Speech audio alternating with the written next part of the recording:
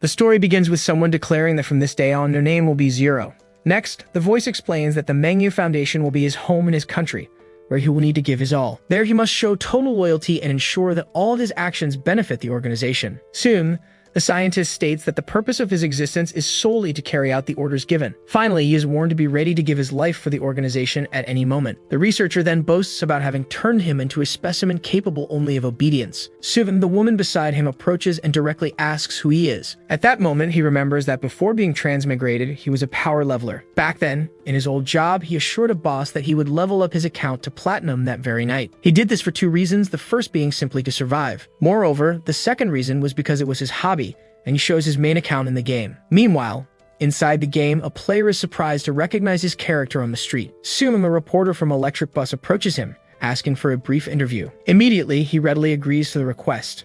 As a result, the reporter is shocked as he didn't expect such a mysterious player to accept so easily. He then urges the journalist, asking what he wants to know. Thus, the young man mentions that he's ranked 47 and asks if he'd be interested in joining the professional league.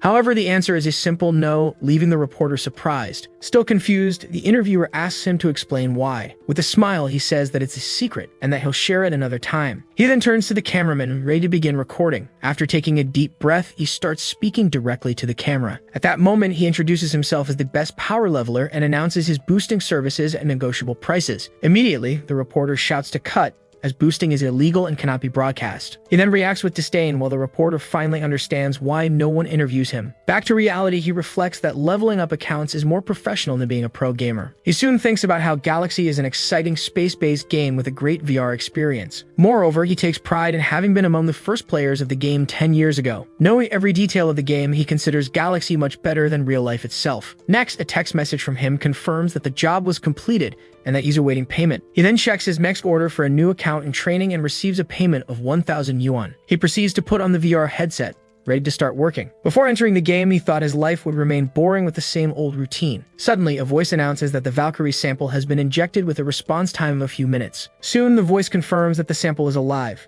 while Han Xiao is electrocuted in the chair. Immediately, alarms start flashing and he wonders what those lights are. Looking at his hand, he smells something burning in the air. With his head aching, he confusedly questions where he is. Next, he hears someone shouting that the specimen is alive and wonders if they're talking about him. Soon, a scientist runs to call security, asking them to come to the lab. Seeing the armed guards, he realizes this is not a normal game start. Not understanding what's going on, he decides that the best option in situations like this is to run. He tries to escape, but is immediately intercepted by a guard. He blocks the enemy's red blade strike with his arms. Feeling the impact, he realizes there's something wrong with the situation. He panics upon noticing the pain level is at 100% when he should have been disconnected. Soon, the guard charges to strike him again. With the threat neutralized, a voice announces that the specimen is under control and orders his capture. Sitting on the floor of what appears to be a cell, he wonders what's happening. He then complains that his capsule broke again and decides to delete the account to start over from scratch. Trying to open the interface, he notices something strange. He is shocked to see that only the attribute panel exists, with no option to exit the game. The panel shows his status as a level 1 civilian, injured and with low stamina. Next, he reads that his model is that of an NPC, and that the game version is from 10 years ago. Seeing his reflection in a broken glass, he is startled.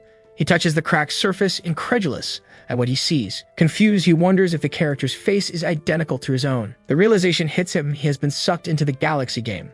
At that moment, the silhouettes of a group appear at the entrance of the room. A woman steps forward and asks if he is the living specimen. She introduces herself as Hila, the administrator, and warns that he will be killed if he tries to escape again. He recognizes her as Hila, the Crimson Serpent, the boss of version 1.0 who made many players quit. The woman then orders a blood test to be performed, wanting the results as soon as possible. While a guard holds him, he remembers she is one of the game's first bosses. Observing uniforms, he confirms that this is the first version of the Manga Foundation. With that, he understands he is in the Valkyrie experiment, also known as the Super Soldier Project. He recalls that the Manga Foundation is a terrorist organization, and that his body will either be dissected or brainwashed. Ultimately, he would be sent to die, and he laments such a tragic beginning. A voice announces that the blood test results did not show any abnormal characteristics. Next, the scientist comments to Han Xiao that he seems to have already passed the stage of madness. He soon suggests opening his skull to observe brain activity, confirming the prisoner's fears. However, Hila disagrees, saying he is the first successful specimen and cannot be wasted. In response, the scientist agrees to merely observe him for now. She then orders a brainwashing procedure as a preventive measure. As a guard holds him,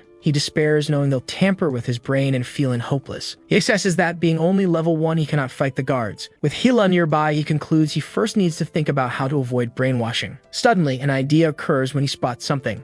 As he is dragged, he focuses his gaze on a bookshelf. He soon recognizes the volumes as containing the Foundation's research data. Slowly, he reaches out toward the shelf. Even restrained by the guards, he manages to grab one of the books. The guards immediately order him to stop moving. However, the scientist tells them to wait and see what he will do with the book. He smiles, realizing that his status as a successful specimen is his greatest shield. With that, he opens the book under the watchful eyes of those present. Then a system notification informs him that he has begun learning basic mechanical theory. He feels confident, believing he can pull this off. He realizes that even as an NPC, he can still level up normally thanks to the interface. While observed by Hila and the scientist, he thinks they'll simply believe he's just studying. He flips through the book quickly to absorb as much content as possible. The scientist wonders if the formula was able to stimulate the specimen's brain to the point of reading. She comments that it will be better if he has thinking ability, and then asks if the equipment is ready. Soon the guard confirms that everything is prepared and tells him to follow. He resists, trying to buy a little more time, while the man calls him a useless specimen. Then the guard tries to snatch the book from his hands. As a result, the volume ends up being torn during the struggle. At that very moment, a level up notification appears on the screen, and he obtains the profession of level 1 novice mechanic. He then smiles with an air of superiority. Meanwhile, the scientist observes a monitor showing the prisoner's brain activity. Another assistant informs Hila that they can begin the brainwashing procedure, while the young man presses a button on the chair. The lead researcher laments the waste and asks Hila if he can dissect him before the procedure. With disgust, he reacts and questions the man's interest in his brain. Finally, she ends the conversation by stating that loyalty is the priority, while the scientist thinks that one way or another, the specimen will be his. In the end, the scientist presses the procedure button and wishes the specimen good luck. He clenches his teeth in pain as the brainwashing machine is activated. Next, the system warns him that the brainwashing will be completed in 15 seconds due to his insufficient determination. However, he remembers that he can use the attribute points he earned upon leveling up. Quickly, he puts 2 points into intelligence, restarting the evaluation with 10 points of determination. After the system confirms that he has gained immunity, he breathes a sigh of relief and decides he must pretend to cooperate. In front of Hila and the scientist, he then prepares to give his best performance. She slowly approaches, making him visibly nervous due to her proximity. She soon leans in and says that from this day forward, his name will be Zero. Then she explains that the Manga Foundation will be his home, demanding total loyalty. Seeing her up close, he realizes how beautiful she is and remembers defeating her multiple times in the game. However, he scolds himself for getting distracted at such a life or death moment just before Hila asks again who he is. He then lowers his head, silently pondering his answer. The scientist grows concerned about the lack of response, questioning whether the procedure failed. Soon after, he begins to speak, drawing the immediate attention of both. With a blank expression, he finally replies that he is Zero. The scientist explains that the experiment enhanced Zero's learning ability but reduced his emotions, to which Hila replies that he is perfect. He then hears the conversation and thinks to himself that he will never be her weapon. Hila orders a guard to take him to rest, but his room isn't ready yet. As a result, she decides to take him to her own room and places him under her responsibility. Confused by the order, he tries to suppress strange thoughts about the situation. Once inside the room, he reflects that being in a small space with Hila makes him a little excited. Meanwhile, she speaks on the phone about the plans for the new recruit, receiving the order to train him. She then uses the call to request permission to see her younger sister.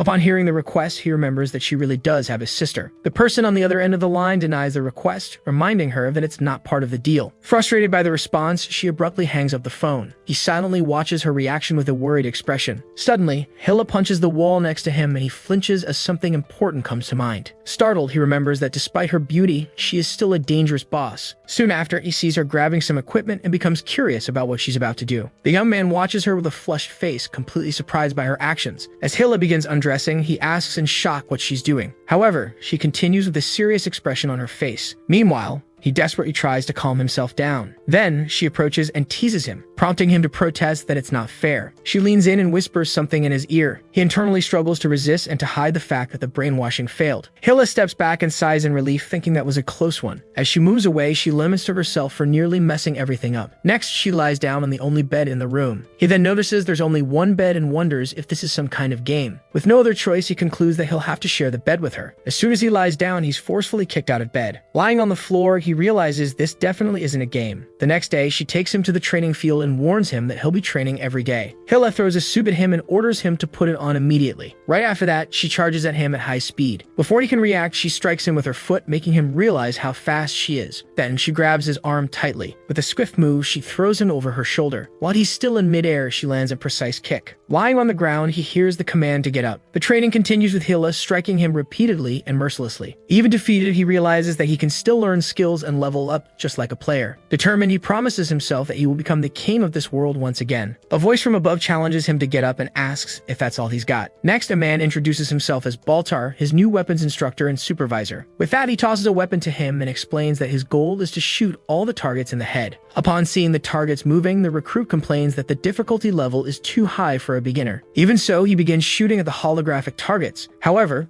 the projectiles completely miss the mannequins. He grows frustrated at not hitting a single shot and realizes that his accuracy is still very low. Suddenly, Baltar stabs him in the shoulder without warning. He cries out in pain and grabs the wound. Immediately afterward, he asks in shock why he was suddenly attacked. The instructor warns that he'll do that every time he fails to meet expectations and orders him to continue. Frightened, he thinks the man is insane but clenches his fist in defiance. He then remembers that he can't fight back because he now has only one life and can't respond. Even so, he decides he must endure it for the sake of his future.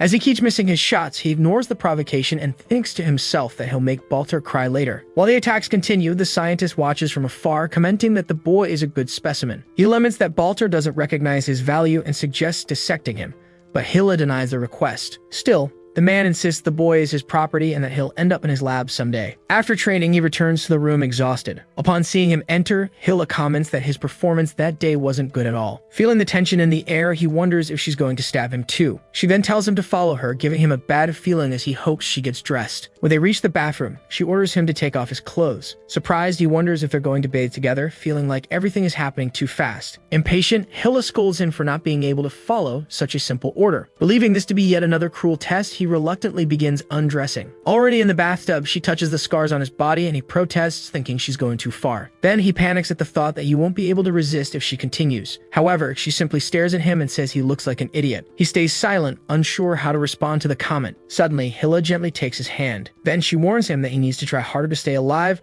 or he'll be sent to the lab. He smiles confidently, thinking that dissecting him won't be that easy. Right after, she gently pushes him backward.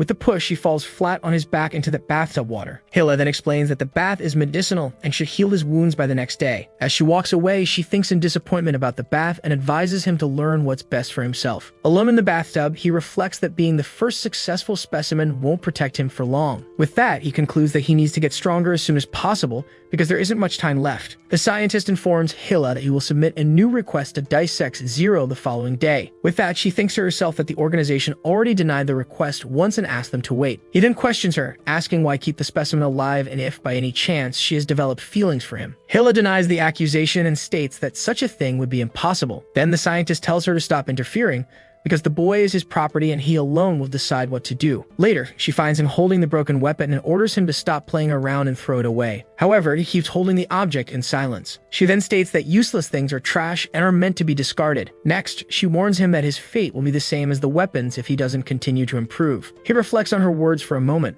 Suddenly, a notification confirms that he repaired the equipment and gained experience, proving his theory right. Surprised, Hilla asks if he really was the one who fixed the weapon. The scene then shifts to an outdoor setting in an open field. Soon after, she appears beside the boy, who now holds the restored weapon. In the distance, birds take flight and scatter across the sky. With a precise shot, one of the flying animals falls lifeless to the ground. Hilla then informs him that she requested permission for him to access the arsenal, since he shows interest in equipment. He thinks excitedly that having access to the arsenal will be great for earning the experience points he needs. Later at night, the scene shifts to the entrance of a new facility. As the elevator reaches its destination, they both enter an underground area. She then introduces the place as their base's arsenal. He looks around, impressed by the quality of the Manga organization's weapons. He calculates that all the equipment there is worth enough points to level up and guarantee victory. Soon after, Hilla says she brought some mechanical books for him and says goodbye, mentioning she has to go. As soon as she turns to leave, leave, he follows her to the door. The young man's action visibly irritates her. Annoyed, she turns around and asks if she ever said he could follow her. He just stares at her in silence without answering.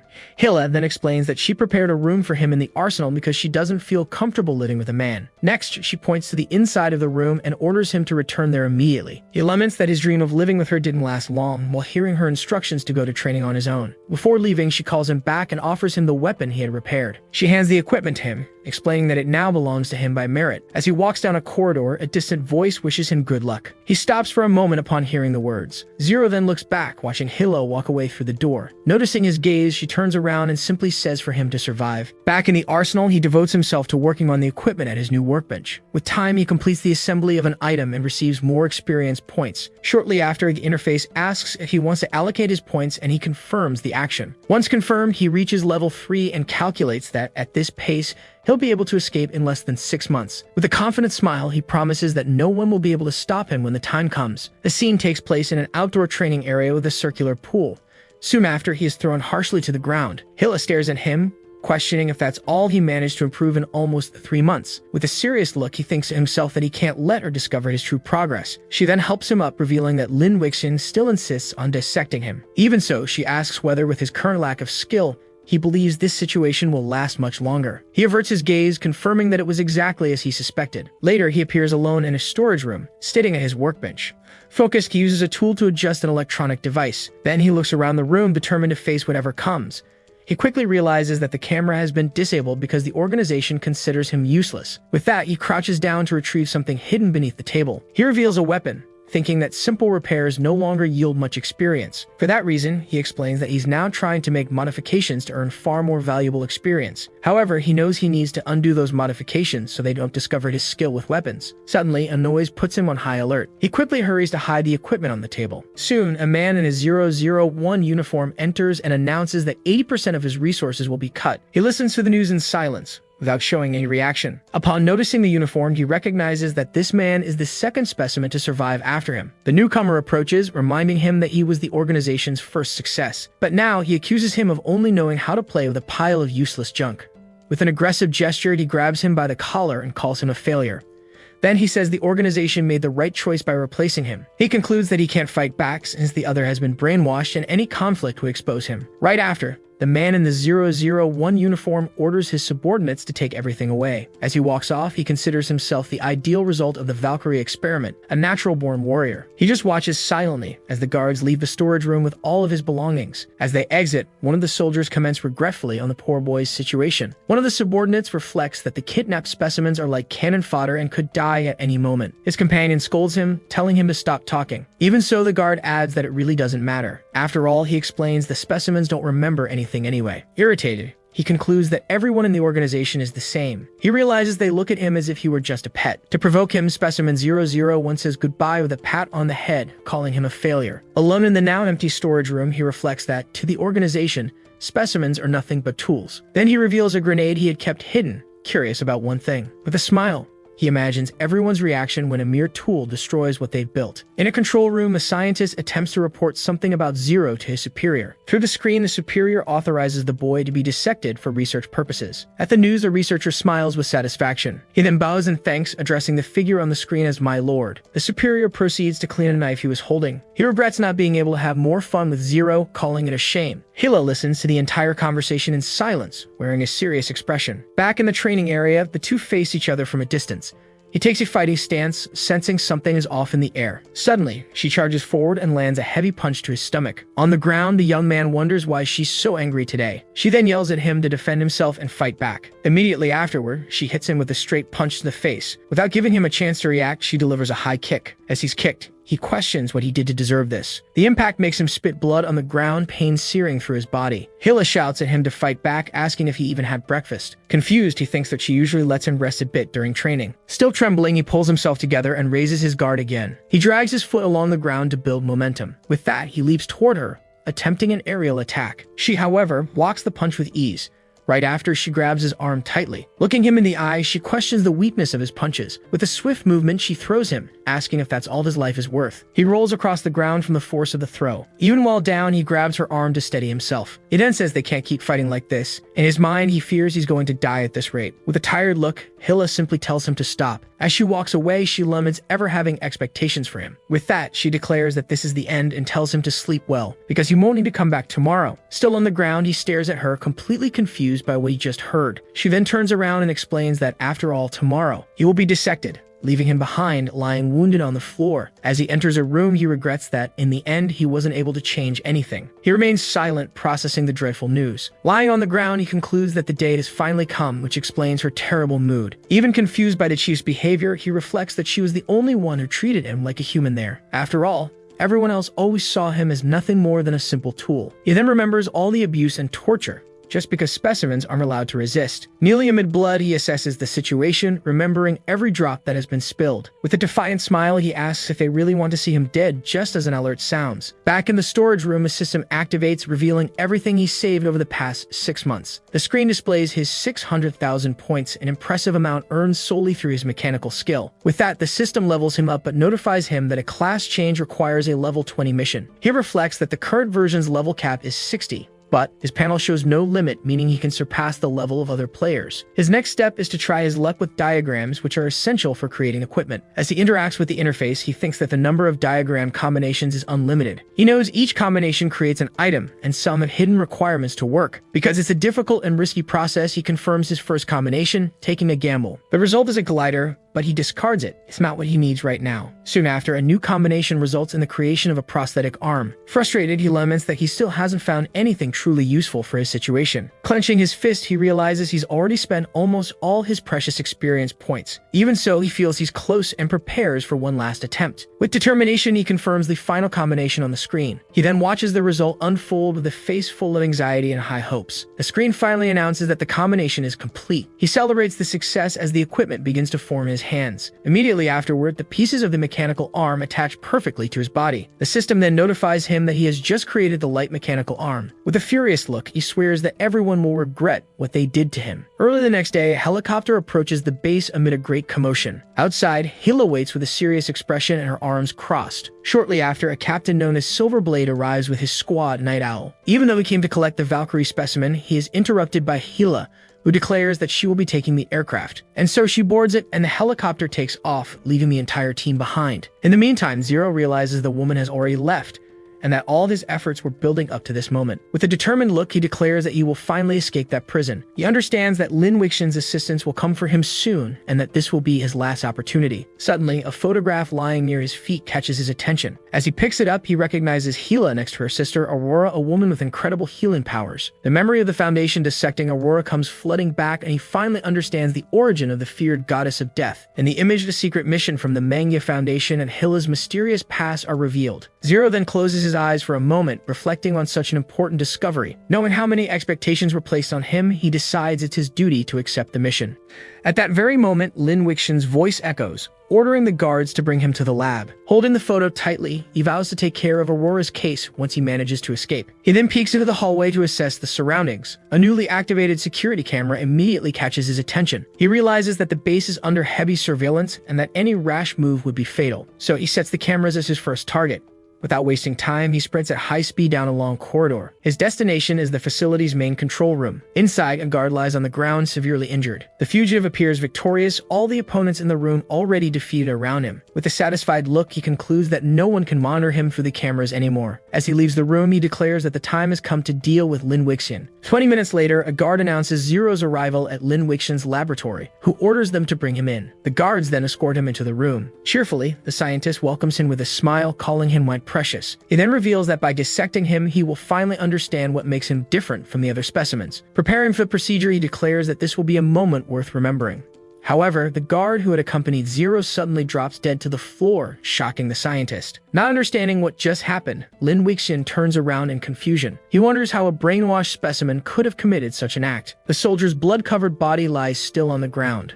Moments later, the prisoner casually waves at him, wiping the blood from his face. Disoriented, the scientist mumbles that there hadn't been any incidents in the last 6 months. At that moment, the combat knife used in the attack is revealed in the man's hand. Terrified by the sight of the bloody blade, the scientist stumbles back in panic. Red liquid splatters with the force of the next blow. With speed, the attacker advances without hesitation. Wounded, the researcher stares at him with pure astonishment. His eyes dart to the security camera on the ceiling. hoping for help. He hears that he should forget about the cameras because whoever was watching them is also dead. Completely overwhelmed, the man falls to his knees, severely injured. As he tries to stop the bleeding, he begins reflecting on the past 6 months. In disbelief, he asks if it was all just an act. With a smile, the other replies, "What else could it have been?" Stunned, the scientist tries to understand how they were all deceived. But no answer comes, only a silent stare and a subtle smile. Soon after, the intruder grips the knife and says that in this world, nothing is impossible. With brutality and speed, he strikes again. The target can barely react, his eyes wide with terror. He takes the blow at full force, determined to end it all. The blade pierces through his back, causing even more blood to gush. He soon collapses to his knees, submerged in a pool of red. Weakened, he struggles to speak his final words. Still, he manages to say that despite everything, he is Yor. The killer stares at him coldly as he hears the last word, creator. Immediately afterward, the agent observes the bodies of Lin Wixin and another man lying on the floor. He then takes Lin's access card, one of the few with authorization to open the main gate. Even with it in hand, he knows that if he goes directly to the location, he'll be discovered in less than 10 seconds. But he considers himself smart enough not to make such a basic mistake. For that reason, he needs to find a way to cut off the base's communications and buy himself time. His plan is to take the mechanical arm and use it to destroy the wall of the radio room on the 3rd floor. That way, he believes no one will be able to identify him, so long as he can avoid an encounter with Baltar. Suddenly, a hand taps his shoulder and someone asks which squad he belongs to. The man stares at him suspicious and asks why he's never seen him around before. Tense, the infiltrator is struck by his bad luck and replies that he's new from Squad B. Even so, Baltar keeps up the pressure, saying his voice sounds oddly familiar. He then draws a weapon and orders him to lift his head and reveal his face. Annoyed, the young man thinks to himself that he didn't want to resort to Plan B while subtly gripping a knife. Confused, Baltar asks what he's talking about. Then, as the infiltrator shouts that Baltar is a psychopath, he charges at him with the blade in hand. However, the opponent blocks the strike with his arm, getting wounded in the process. Moments later, recognition sets in, and Baltar's eyes gleam as he realizes he's face-to-face with Zero. Seeing what's happening, the nearby guards receive the order to open fire immediately. The fugitive then starts running, calculating that it will take him 2 seconds to reach the workshop. During his escape, he punches a guard and estimates that Baltar will catch up in approximately 3.7 seconds. He quickly takes down the soldiers blocking his path. With the bodies on the ground, he knows they won't pose a threat for at least another 4 seconds. As he sprints through the hallways, he calculates that reinforcements will arrive in approximately 30 seconds. Finally, he leaps into an open room at the end of the corridor. Baltar arrives shortly after and scoffs at the foolishness of hiding in a random room. From an elevated platform, the intruder declares that everyone there is knave. Immediately after, the heavy workshop door slams shut. Faced with the scene, the pursuer stares at the door, confused by the situation. Then a hole begins forming in the sidewall, leaving Baltar in shock. Pushing through the opening with the mechanical arm, the fighter tosses the guards aside. Assuming a powerful stance, he shows off his new equipment. Completely stunned, the enemy wonders what's going on. It's then that the attacker declares it's time for Baltar to die. He follows with a powerful punch to his opponent's chest. Still, the target remains standing, looking at him in surprise. Grating his teeth, the Avenger stays focused on ending the fight. Then a memory flashes, the moment he was killed by a stab wound. The two lock eyes, filled with hatred, about to deliver the final blow. With that, the mechanical arm pierces his enemy's chest, ending the confrontation. Baltar's body falls lifeless to the floor, soaked in a pool of blood. The executioner stands in silence, his face stained from the battle. He then remembers how he waited 6 months for this moment. With one foot over the defeated body, he recalls the 420 stabs he endured. Finally, he laments that his enemy will never know what it feels like to be stabbed with his own knife. Shortly after, the emergency lights in the base begin to flash. With that, the guards find Baltar's body, and one of them yells that the supervisor has been murdered. Next, the emergency alert echoes through every panel in the facility. A soldier tries to use the radio, and upon getting no response, orders someone to notify Lin Wixin immediately. Shocked, he hears that Squad C has just reported the scientist is also dead. Upon receiving the news, a masked commander orders the squads to mobilize toward the arsenal and reinforce the protection of the laboratory. Suddenly, an explosion sends a guard flying, and the commander wonders what that sound was. Dust fills the air, flooding the hallway and obscuring all vision. Meanwhile, in the control room, the operators are startled and try to figure out what happened. One of them grabs the radio, attempting to make contact to determine the source of the blast, but receives no reply. At that moment, the intruder picks up the fallen radio from a blood-covered table. Using the equipment, he pretends to be Squad C and lies, claiming that the enemy has been cornered inside the laboratory. With a discreet smile, he celebrates the success of the deception. Immediately after, he uses the mechanical arm to destroy all the communication panels in the room. Deceived, the members of Squad B rush toward the laboratory in a hurry. Meanwhile, one of the soldiers stationed at the main gate activates a tripwire trap that had been previously installed. The mechanism detonates a strategically placed C4 explosive at the location. Smiling in satisfaction, the strategist walks away as the explosion erupts behind him. Chaos ensues as the shrapnel from the upper-level blast scatters through the area. Startled by the noise, the guards on the ground floor wonder what just happened upstairs. One of them immediately orders part of the team to protect the gate, while the rest follow him to investigate. However, one of the men present notices something strange happening right at the main entrance. Then they see the fugitive opening the exit and ask how he managed to pull it off. The young man turns around with a smile on his face, says goodbye, and is finally recognized by the stunned guards. Moments later, he uses the access card to lock the gate from the outside. Overcome with rage, they realize they've been trapped and that they let the enemy escape. Outside, the fugitive finally breathes the fresh air with his arms wide open. Smiling, he thinks to himself that it had been a long time since the last time. Meanwhile, Hilla hears over the phone mid-helicopter flight that something impossible has happened. The person on the other end confirms the news and tells her she needs to return to the base immediately. During the call, someone on the helicopter asks about her sister, but Hilla tells them to shut up, stating they have no right to negotiate. Right after ending the call, she decides to return to the facility without hesitation. With a hardened expression, she understands now that the prisoner had been pretending all along. Soon, a soldier informs his commander that the road ends there and they can't proceed any further with the vehicle. Faced with this, the commander decides they'll continue on foot, confident that the target has no way to escape. He then steps down and plants his boots firmly on the forest floor. One of the soldiers complains that it's an insult for the Night Owl squad to be assigned to capture just one specimen. The superior, however, sees the mission as a good training exercise and offers half a day off to anyone who completes the task in 30 minutes. Shortly after, the team of hunters advances through the dark forest in search of their target. Hidden among the shadows, the fugitive notices the group's arrival but believes he won't be found so easily. Suddenly, a sniper shot cuts through the air in his direction. Using his mechanical arm, he manages to block the shot at the last second. With that, he realizes there's a sniper with night vision, putting him at a disadvantage at long range. Even knowing the soldiers will be a challenge, he charges forward to close the gap and use his combat experience. As he advances, more sniper rounds whistle through the trees. With agility, he deflects the shots by redirecting their paths using his reinforced arm. Even so, one of the projectiles grazes him just as he leaps between the branches. The sniper watches in surprise as the target continues to move. One of the hunters then draws his pistol and prepares to fire. He shoots at the fugitive, but the bullet is deflected with precision by the metal arm. With a swift motion, the fugitive catches the projectile in midair. Immediately, he lunges forward and delivers a powerful kick to his opponent. As a result, the enemy is violently thrown against a nearby tree. As the soldier falls defeated, the mechanical arm releases a burst of pressurized steam. After taking him down, the combatant picks up 3 grenades and thinks they'll come in handy. Overcome with fury,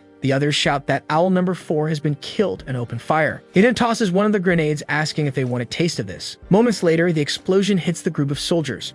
Satisfied, he remarks that's what they get for shooting at him, while feeling the boost to his experience points. The commander immediately orders grenades to be thrown to blow up the target. A series of violent explosions lights up the dark forest. Once the smoke clears, only the sound of footsteps walking away can be heard. Upon seeing a body sprawled on the ground, one of the soldiers believes they finally managed to kill him. Suddenly, the mechanical arm begins to glow intensely in the middle of the mist. The commander realizes the imminent danger, and his expression twists in shock. He shouts for everyone to get down just as he leaps to avoid the energy blasts.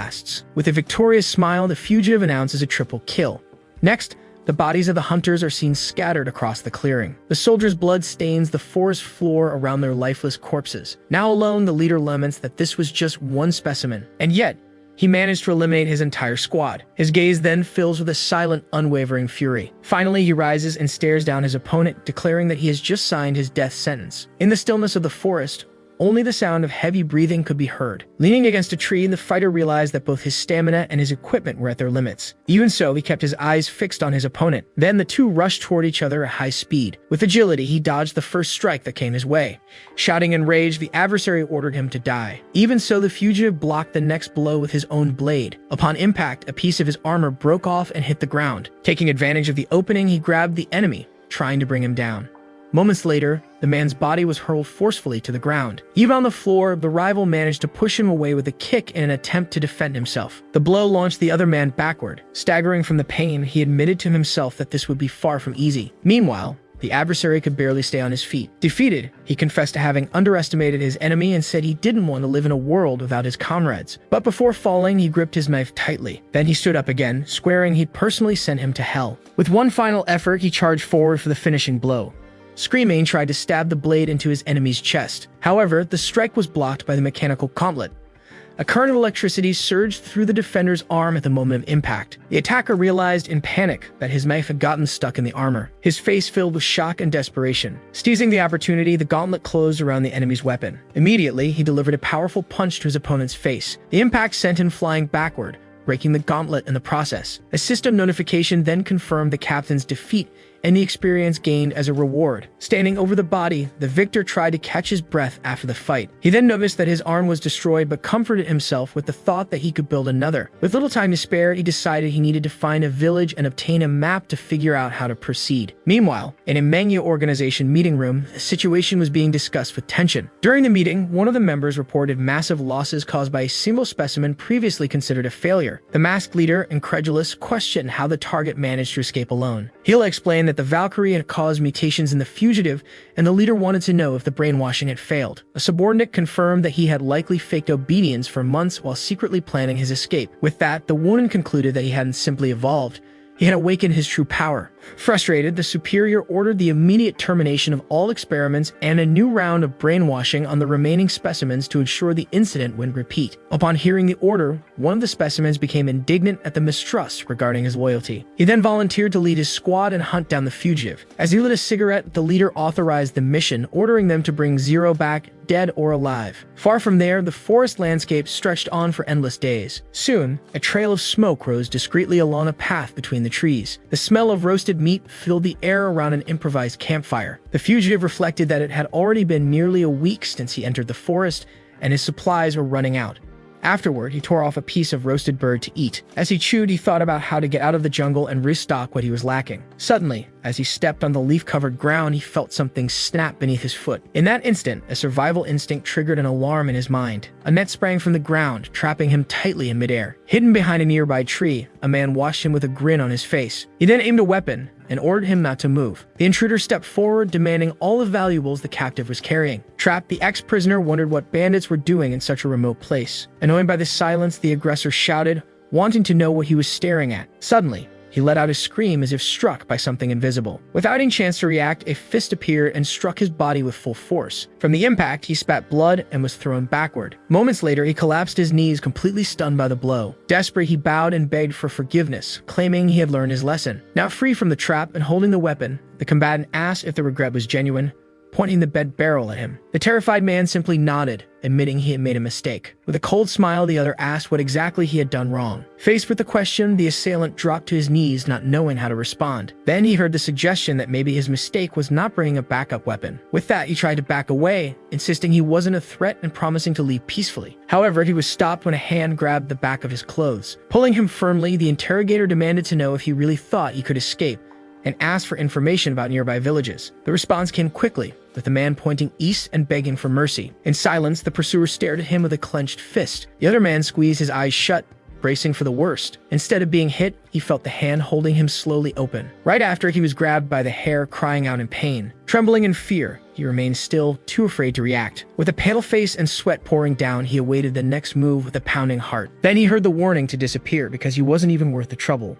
Before being released, he was ordered never to do anything like that again. Following the directions he had received, Zero finally arrived at a station designed for adventurers. As soon as he entered, he walked through the camp, observing the activity around him. Soon, a merchant called out to him, advertising high-quality supplies and materials at promotional prices. Seeing an opportunity, he considered negotiating as he urgently needed a map, water, and food. He then opened his hand and offered a handful of bullets as payment. The vendor, Kai Luo, looked surprised at the ammunition presented. Even so, he stated that the amount was far from enough to complete the purchase. With a sly smile, he set the price at 150 bullets. Annoyed, the traveler complained that the price was outrageous, but the merchant replied that no one was forced to buy. Suddenly, a hand appeared and smacked Kai Luo on the head with a pipe. A man named Hu Hongjun appeared and scolded him for trying to scam people again. From the scene, it was clear that sealing the deal at that location would be easy.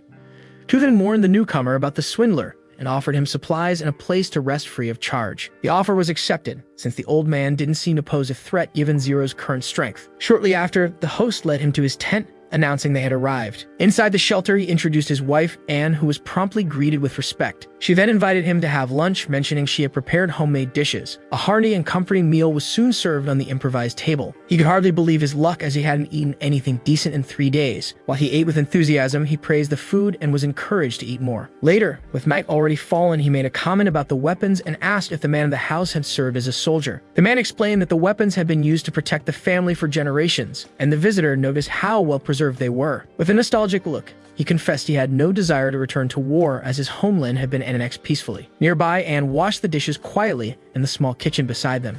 Hu remarked that he appreciated the peaceful life and invited him to stay the night at the camp, which he promptly accepted. 2 days later, the guest said his goodbyes, explaining that he needed to continue his journey and thanking them for their hospitality. Already in the car, a boy with purple hair asked if that man was his father, but Q explained it was just his nephew. With a smile, the visitor observed that the boy seemed to have a strong spirit, but was told he was just a shameless rascal. At the farewell, he waved his new friends and heard a wish for safe travels, along with the promise of a drink upon reunion. And so the couple and Kai Lu watched him leave while Hu Hongjian calmly smoked his pipe. Shortly after, military vehicles sped down a dirt road toward the camp. Upon arriving, the squad leader immediately deduced that the target had passed through there. Without wasting time, he called the attention of Hu and the merchant nearby. Then he displayed a holographic image of the fugitive and asked if anyone had seen him. Impatient, the commander asked one last time if anyone there had seen the wanted man. Hu Hongjian looked him in the eye and firmly replied that they had never seen him before. Seemingly convinced, the leader turned around and ordered the soldiers to pull back. However, he suddenly stopped, sensing that something wasn't right. His gaze then landed on Hu's nephew,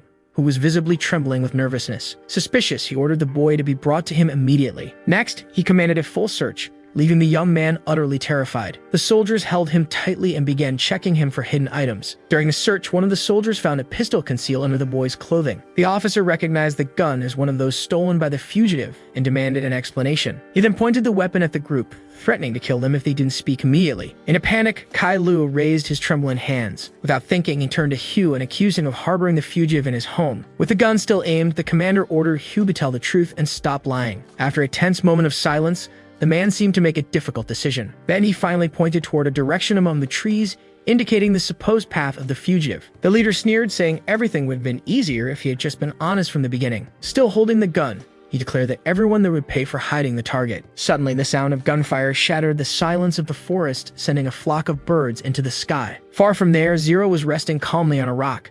However, he was suddenly struck by a bad feeling, without knowing exactly why. Concerned, he began checking his backpack, suspecting someone might have tampered with his belongings. As he examined the items, he noticed that a pistol was missing and immediately suspected the boy he had met. Meanwhile, at the camp, a vehicle sped away, leaving a trail of blood along the dirt road. Shortly after, he returned to the site, stopping as his eyes fell on the red stains on the ground.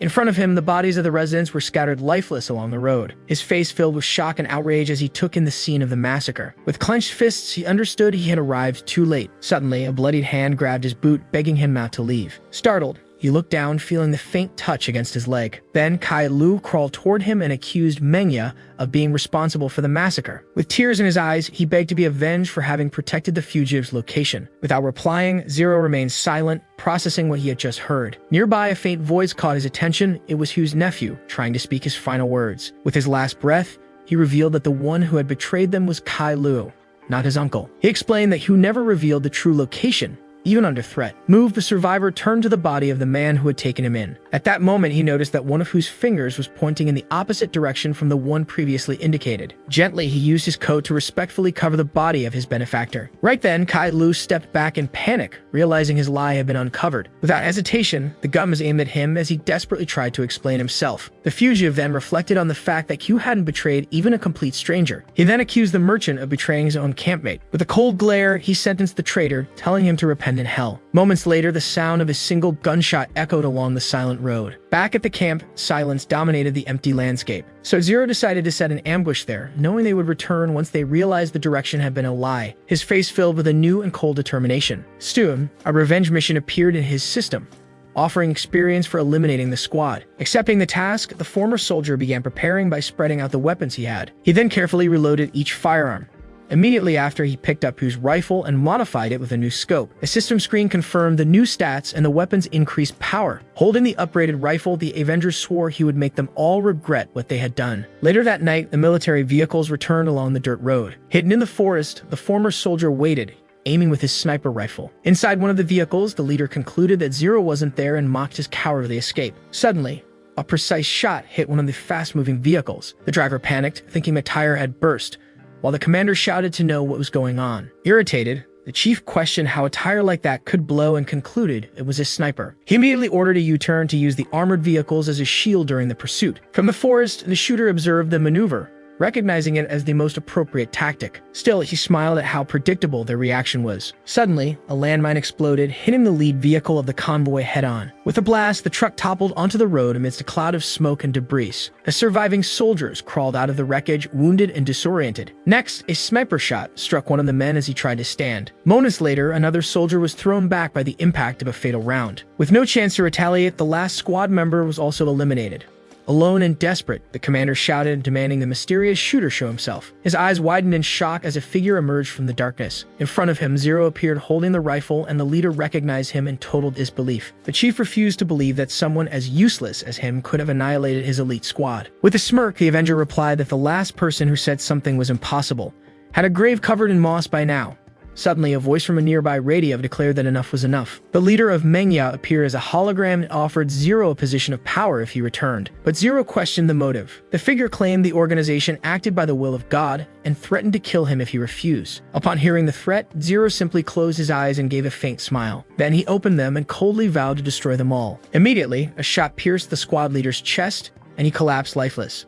A system notification confirmed the defeat of the specimen and the completion of the revenge mission. Even in victory, the former soldier reflected that he would need to use his knowledge of the future to face Manga. After paying his respects at an improvised grave, he decided on his next destination, the Stardragon Empire. Thus, a steam train crosses a long bridge amid the mountains. Inside one of the cars, chickens clucked restlessly in their compartment. There, Zero reflects that besides Manga, only the 6 nations possess the advanced knowledge necessary for his mission. At that moment, he receives a notification that his reputation with the organization has dropped and a new conquest mission has been unlocked. He reacts with surprise to the new information. He then reads that he must contribute at least 20% of the total damage against the organization to succeed. Quickly, he realizes he won't be able to do everything alone. He decides to accept the task, believing it to be his main mission for now. Sometime later, he walks toward the western part of the Stardragon Empire's capital. Upon seeing a checkpoint, he concludes he won't be able to pass since he's wanted by Manga. Still, he smiles confidently, certain that this won't stop him. From his past life, he remembers that wanted players could never get through inspections. The solution then was to find the hidden smuggler and pay to sneak into the city. With the plan in mind, he approaches the spot. Then he talks to the man and offers a shiny item in exchange for passage into the city. The smuggler silently examines the offer for a moment. Then he agrees to the deal and tells Zero to get into the truck. Once inside the city,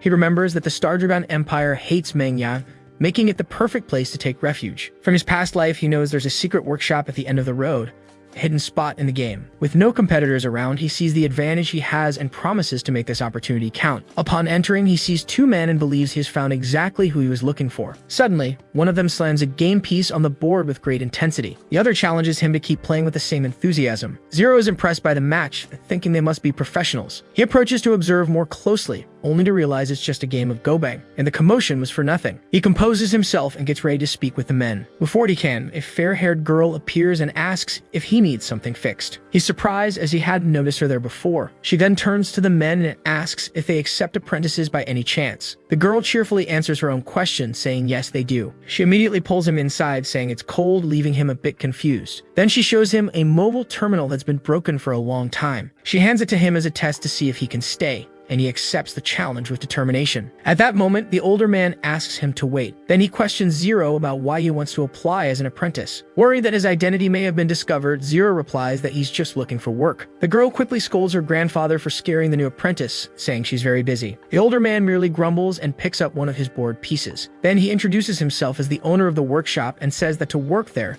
Zero must pass his first test.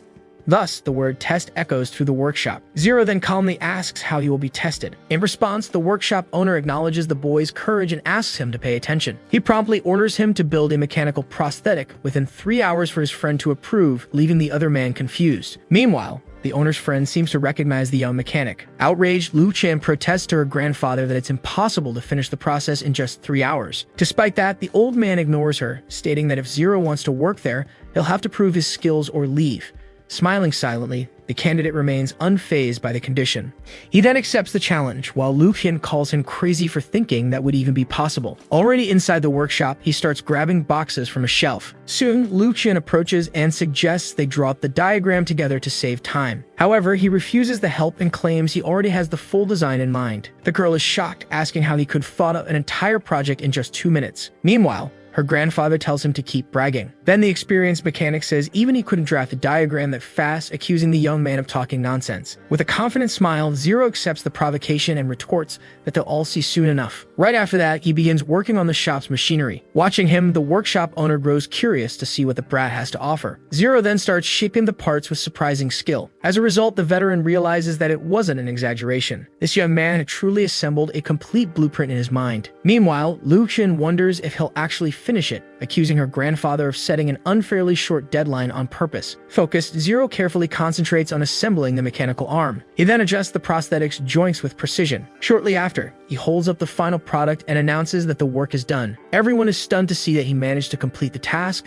and Lu Qian realizes it was in under 2.5 hours. Zero then invites the shirtless man to test the prosthetic. As the man performs the movement tests, Zero asks if he's satisfied. He receives praise in return. The man says the prosthetic has fantastic flexibility, that it's perfect, and that he's more than pleased. Afterward, the young mechanic says the arm is his to keep, and the man promises to remember the favor. Annoyed, the workshop owner complains that his materials and equipment were used to build the prosthetic. Turning to the old mechanic, Zero asks if he's officially hired now. Rumbling, Old Man Lu replies that whatever, he can stay, but he doubts he'll last long. Pleased, Zero reflects that he finally has a place to rest, and one day, he'll get his hands on the workshop owner's diagrams. Meanwhile, the friend says his goodbyes and Old Man Lu yells at him never to come back, calling him a traitor. Relieved, Zero realizes he can finally rest and hone his skills as a mechanic. Far from there, the man with the new arm is greeted by an assistant beside a luxury car.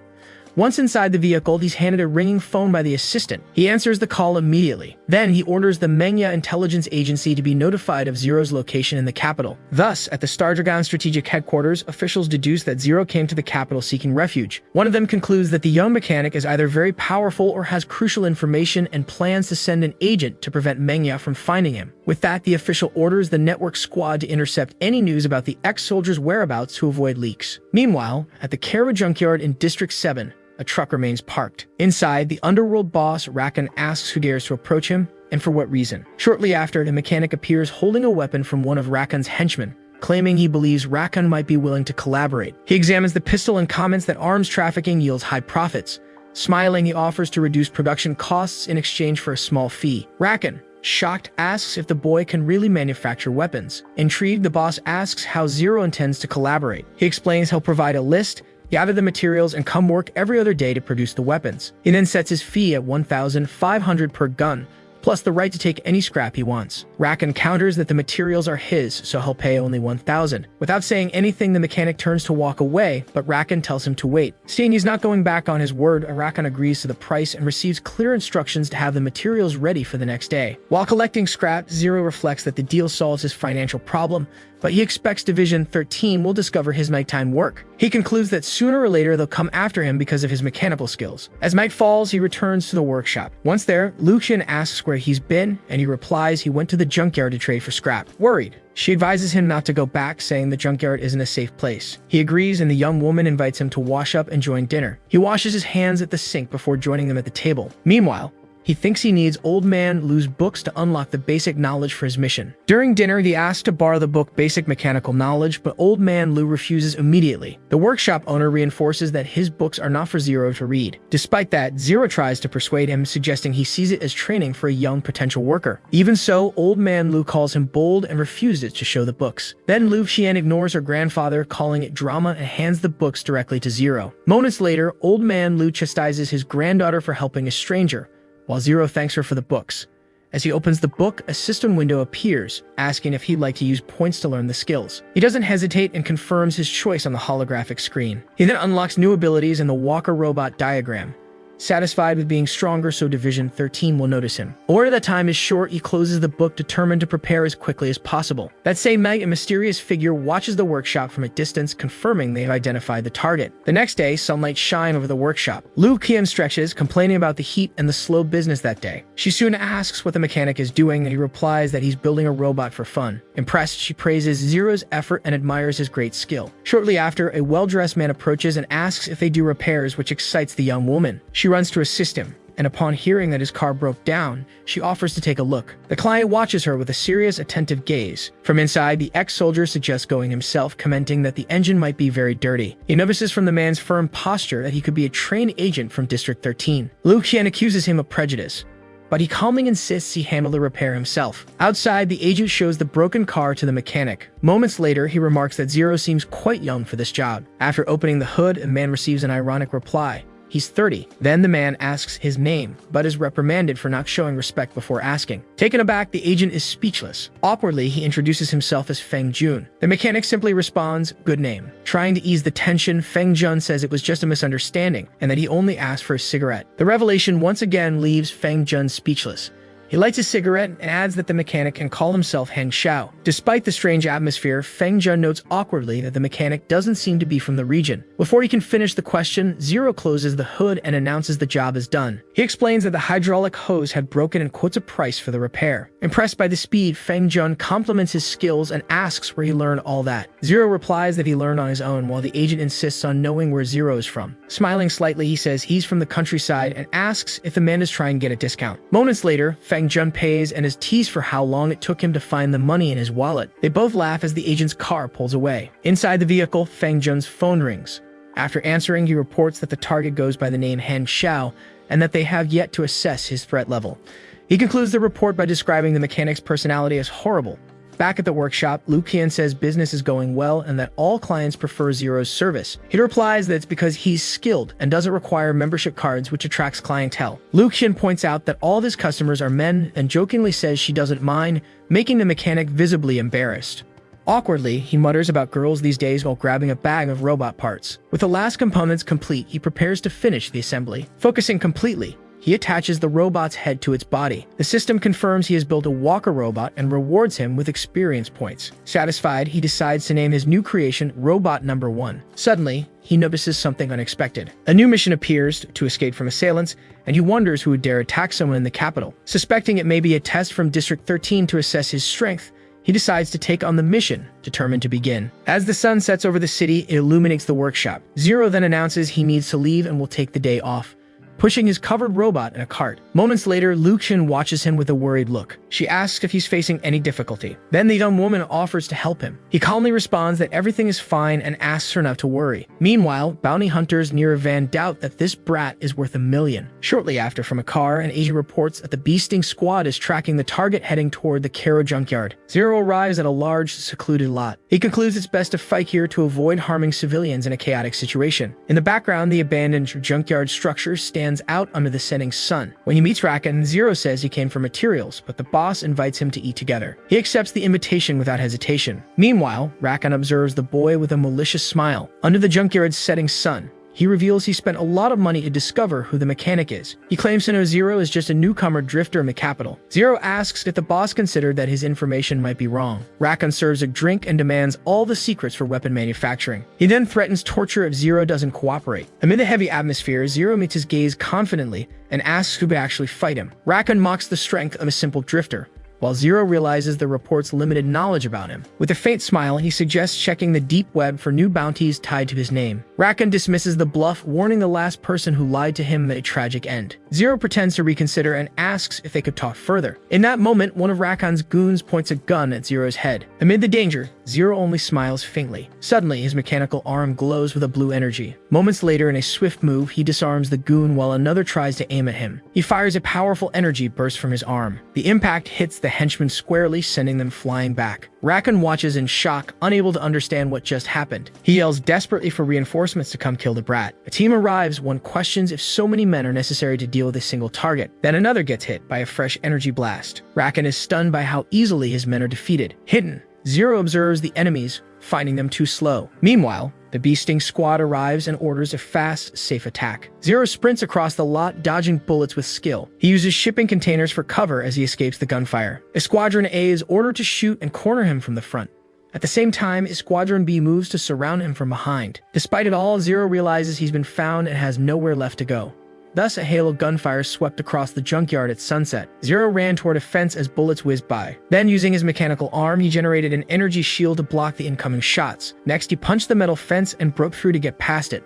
Meanwhile, from above, the mercenaries climbed a metal structure to continue the chase. Annoyed, Rakan demanded to know where the mercenaries came from, while one of his henchmen guessed they were there because of the mechanic. Despite being at a disadvantage, the former soldier faced the situation with a look of determination. He quickly knelt and picked up an object from the ground. In his hand, he held a small remote control. Then, with his mechanical arm, he activated the control for robot number 1. Sitting calmly on the ground, he muttered that he had expected this. Meanwhile, on the other side of the yard, the hidden robot's eyes lit up. Suddenly, the machine took flight using its boosters and fired at the mercenaries. The squad leader was completely stunned to see the robot under Zero's command. He immediately ordered everyone to open fire and destroy the machine. Despite the intense gunfire, the robot kept advancing as bullets ricocheted off his armor. Zero then received a warning on his controller that ammo was low and the robot's system was damaged. Realizing the machine wouldn't last much longer, he decided to lure all enemies toward it. Seeing their attacks were working, the mercenary leader ordered his team to keep firing. Rakan took advantage of the distraction and ordered his men to capture Zero while everyone was busy with the robot. Even so, upon seeing the movements of both groups, Zero smiled, satisfied they had taken the bait. He activated the self-destruct sequence of robot number 1 on the remote control. Then, hiding behind a shipping container, he braced for the impact. As the men got close, one noticed something strange about the robot. Suddenly, the machine displayed the word goodbye on its screen along the smile. Then a massive explosion engulfed all the mercenaries and henchmen nearby. Blasted away, Rakan screamed that Zero had to be insane for detonating something inside the city. From his car, Agent Feng Jun watched the smoke from the explosion with growing panic. Concerned over the failure of the cover operation, he ordered an immediate retreat. The sun set behind an empty billboard, marking the end of the violent clash. Shortly after, Division 13 arrived at the scene and ordered everyone to surrender immediately. The surviving mercenaries and henchmen surrendered without resistance. Meanwhile, Rakan and his subordinates stared in disbelief as the soldiers arrived. Then Rakan recalled what Zero had told him and began to doubt his own luck. Desperate, he shouted for a computer to check who their opponent really was. After a quick search, his henchmen discovered that the mechanic was wanted by Manga for $1 million bounty. The subordinate dropped the computer to the ground, utterly shocked. Realizing he was completely finished, Rakan could only watch as Division 13 soldiers cuffed him. The officers took Rakan and his men into custody, warning them not to try anything. The junkyard area then came under Division 13's control. Soon after, the wounded mercenary leader was found and captured by the soldiers. Still hiding, Zero grew uneasy, knowing his secret goal had been to eliminate all the mercenaries. Suddenly, a soldier shot one of the mercenaries as their superior officers shouted for everyone to surrender. With the situation now under control, the mechanic finally stepped out of hiding and surrendered with his hands raised. Then, as the system notified him that the mission and secret objective were complete, he decided it still wasn't time to accept the reward. Inside the Division 13 interrogation room, a guard kept watch over the security door. The room itself was cold and minimalistic, furnished with only a table and a monitor. Feng Jun introduced himself as an intelligence agent and asked if Zero still remembered him. With a faint smile, the mechanic confirmed he remembered the guy with the deep pockets very well. Even so, Feng Jun's superior warned that this wasn't the time for jokes, though the agents said nothing. Then the man demanded Zero explain why Manga had placed a $1 million bounty on his head. In response, he received a clear provocation. If they wanted cooperation, they should show sincerity and send someone qualified. The two agents reacted angrily to the prisoner's audacity. With a defiant smile, Zero stated they were nowhere near qualified for this conversation. Suddenly, a voice came from the speaker above, saying that if that's what he wanted, he would speak to Zero personally. Soon after, the director of Division 13 introduced himself and asked if this was finally up to expectations. He received a simple confirmation. The director stated that the prisoner was a member of Manga, but Zero corrected him was. The director then asked what his role had been, and Zero replied he was a logistics specialist who studied mechanized weapons. Still, the director, indignant, shouted that Manga would never offer that much for a simple employee and accused him of lying. Faced with the accusation, Zero only gave a slight smirk, saying nothing. He then began to recite a lot of messages from a galactic calendar referring to planet Black Star. The revelation left the director of Division 13 completely stunned by the information. Meanwhile, The other agents exchanged glances, understanding absolutely nothing of what was happening. A heavy silence fell over the room for a moment. The director then gripped the microphone tightly and intensely questioned whether Zero was certain about what he had just said. He received a direct confirmation his bluff had worked. Only someone who had seen Black Star with their own eyes could know that. Zero explained that Black Star was an enemy faction, separated from the advanced civilization of Cadolas. He concluded that the situation could pose a threat to the Six Nations and asked if they could now finally discuss a partnership. To demonstrate sincerity, he marked on a map the locations of 3 secret Manga bases in Stardragon. The director asked if there were only 3, but Zero replied that he would wait for them to verify the information before continuing. The director then asked what his conditions for cooperation were. Zero answered that he only wanted to work with the division to take down the Manga organization. Despite this, the director said he would report the conversation and the mechanic would have to wait, but received a request not to take too long. Later, in a meeting room, the council debated whether they could trust the prisoner. One member argued that his sincerity seemed genuine. Another suggested imprisoning and forcing him to talk, stating that Division 13 didn't need to negotiate. Despite the pressure, the director disagreed, defending that they shouldn't alienate someone who had shown loyalty and wanted to help. The opposing counselor accused the director of acting like a coward. The director snapped back, saying the man wasn't thinking clearly. A mediator then stepped in and proposed a compromise: collaborate, but keep the mechanic under control and perhaps recruit him into the division. Reluctantly, the skeptical counselor agreed and suggested hiring him as a mechanic to keep him under close watch. Soon after, the mediator proposed assigning him to cover operations and using him against Manga.